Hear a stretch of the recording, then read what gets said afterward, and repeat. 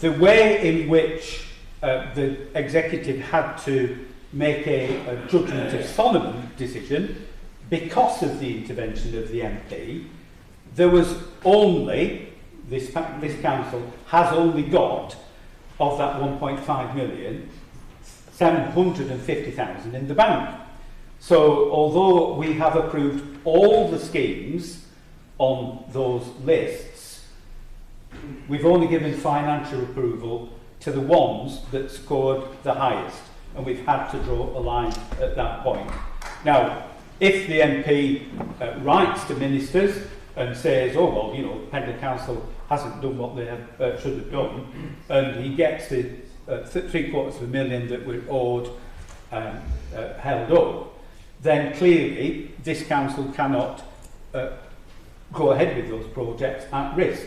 And the Section 151 officer sat to my right would quite rightly be saying you can't do that. So it's in the MP's court.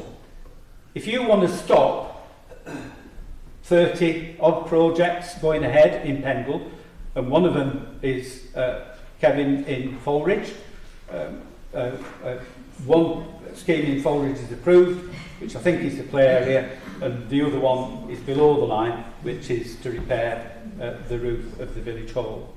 So if the MP wants to stop these projects going ahead, well, get on with it, write to a minister, say that we haven't consulted people, challenge the process, and I will demonstrate that we have done a huge amount more than other councils in the same position.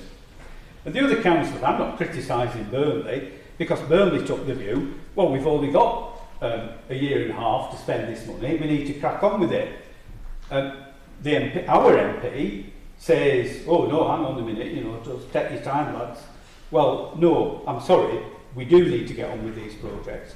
I'm going to be careful what I say, but I resent the implication both from the MP and some of the members in here today that our officers have not been robust. Our officers have worked their socks off to try and square the circle on this, to get in as many projects as they possibly could. They have worked hard to see where people were prepared to put in match funding, which was requested by government, not a barrier to the schemes going ahead, but encouraged by government. And when I last looked, the match funding pledged was £275,000 towards that £1.5 million project.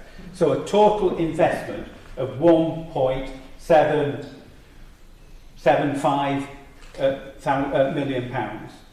That is a cracking result. And yet, we get the churlish Conservatives coming here tonight because they didn't get some of their projects up at the top there. The churlish Conservatives saying, well, no, we should be doing it a different way. Well, I'm sorry, we had a process, our office had followed the process, the executive had made the best decisions that it could, given the MP's intervention and the threat of the further £750,000 coming, not coming through. So I'm satisfied that the process is robust. I am satisfied that our officers have done a very good job.